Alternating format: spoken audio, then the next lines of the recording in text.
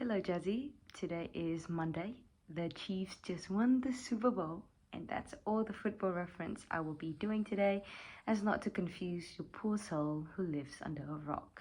Adelaide is nice. It's very peaceful, and as my mother likes to say, a bit like Perth 2.0. It's kind of funny how she compares almost everything in South Australia to Western Australia. So I thought I should do my completely unbiased and not at all subjective comparisons with the vast knowledge that I acquire after 2 weeks of living in Adelaide compared to 6 years living in Perth. Number 1, the roads. 4.5 out of 5. You will honestly love this, and one day if I'm free, I might dig up some information and research on Adelaide roads. There are people out there who call Adelaide's peak hour peak minutes because their peak hours are so quickly dispersed. Apparently, the person who designed the road system of South Australia was really modern and practical, and now almost everything is 20 minutes away by car. There are these big main roads, not even a highway, that would just stretch on and on and on. To go to my university, once I get on Marion Road, 7 kilometers just straight. We went to Barossa Valley, which is like a wine place. It's like 73 kilometers away, just a long stretch. And I know you're going to say, oh, we have long highways, but these exist for like over all of like South Australia. To go up hills, one road. I want to go to the beach, one road. Up north, few turns, one road. Down south, left, right, left, then one road. Honestly, as crazy as a driver that you are, you would love this. Which brings us to number 2, transport. 4 out of 5. I've only taken transport once with mom to go to the city, but because it's so convenient to go by cars, I think it's less of a need to go by public transport here. The buses are a bit worn down. I haven't tried the metro or the trams yet, so I'm a bit behind in this section for reviews. The weird thing I found was that you tag on, but you don't have to tag off. Still don't know how that system works. Best things, bonus point though, you can pay by credit card. Nothing can beat that. Transperth, I'm pretty sure, comes in more hours and more frequently. Because of how big WA is, the stretch of the transport goes further. But SA beats WA in terms of Google Map because every stop has a number and a name that is reflected on Google Map. While in WA, we have some of those weird yellow poles that have number on them that is not even on Google Map. And I don't even know which side I'm on most of the time. Number 3, the scenery. 3.75 out of 5, or maybe 4. Let's round it up to 4. Obviously, South Australia is smaller and I haven't been around much, but the surroundings are very lovely. And I think because of the slightly cooler weather here, the scenery is kind of more lustrous green than absolute dirt road yellow and orange like WA. But maybe I haven't been further north or south enough yet. The beaches here, especially the populated ones like Grange Beach and Henley Beach, are very man-made. They have huge jetties, which are essentially like boulders in Cottesloe, but it's actually just a metal bridge that's stretched out to the ocean.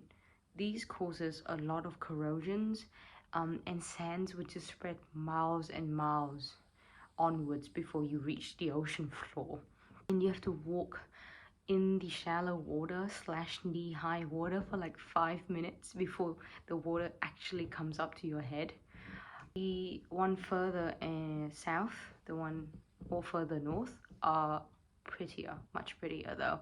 Still, somehow the sands are very far away with miles of sands, and these weird sections that come from the ocean and then it gets separated by sands, so it ends up in like a little like water pond.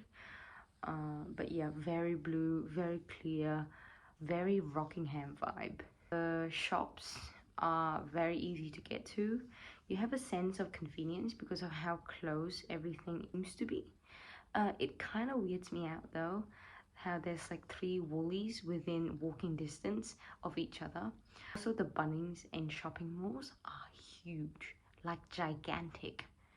Absolutely no clue why, because there's less people here. Well, no, yeah, but there's very small population here anyway. There's no reason for the Bunnings to be that big, unless there's a lot of men trying to prove their masculinity. Number 4, the people. 3.5 out of 5. Mom said that she feels like Adelaide people are much more friendlier and more welcome and warm and cozy. I guess it's the feelings of a small town. Those town with travelers that stop by in those American movies. People come pass by and say hi, and locals are not new to new human beings. Unlike Tassie, who probably see other Australians as aliens, and WA, who see other Australians as foreign citizens trying to steal their mining money. My current housemate, who we shall name Fish for privacy reasons, who will soon be joined with Cool Auntie and Cool Auntie's nephew, Tafe. Fish is a vegetarian who eats fish, hence the name, and somewhere around her 60s. She is very Dutch, like think Meryl, but 40 years from now with stronger views, higher morals, and more restrictions. Still go to bed very early, allergic to sounds, blah blah blah. I shouldn't expose Meryl too much. But I'm excited to live in such an environmentally conscious / friendly family, and also super minimalistic. First, because I respect people who actually do sustainable things without saying they care about the environment, but then can't be bothered to recycle. I mean, that's me sometimes, and then I would like to change that behavior. Also, to live in a clean and minimalistic environment as them. Yes, I know that you're laughing and you're about to comment, ha ha ha, and Hannah, no way. Still, I would like to try. But it also means my life would be a bit harder because of the frugal lifestyle that they lead. The house is not full yet, but I think once it is, there will be different challenges compared to living with my past guardian, but overall, it will be more family style.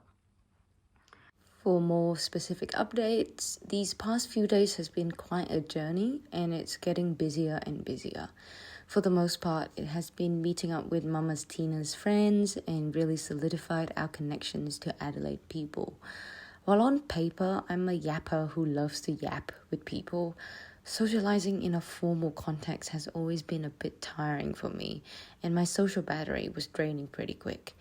That to say, I still look forward to checking out my old week in Flinders and joining some clubs with new people that put less pressure on my future careers and contact. And because I'm running out of time, I will just send you all the photos through messages or make another videos. But here's a nice one of me with Mama Tina during Tate Lunar New Year to end the video. I'll see you on Friday, Jessie.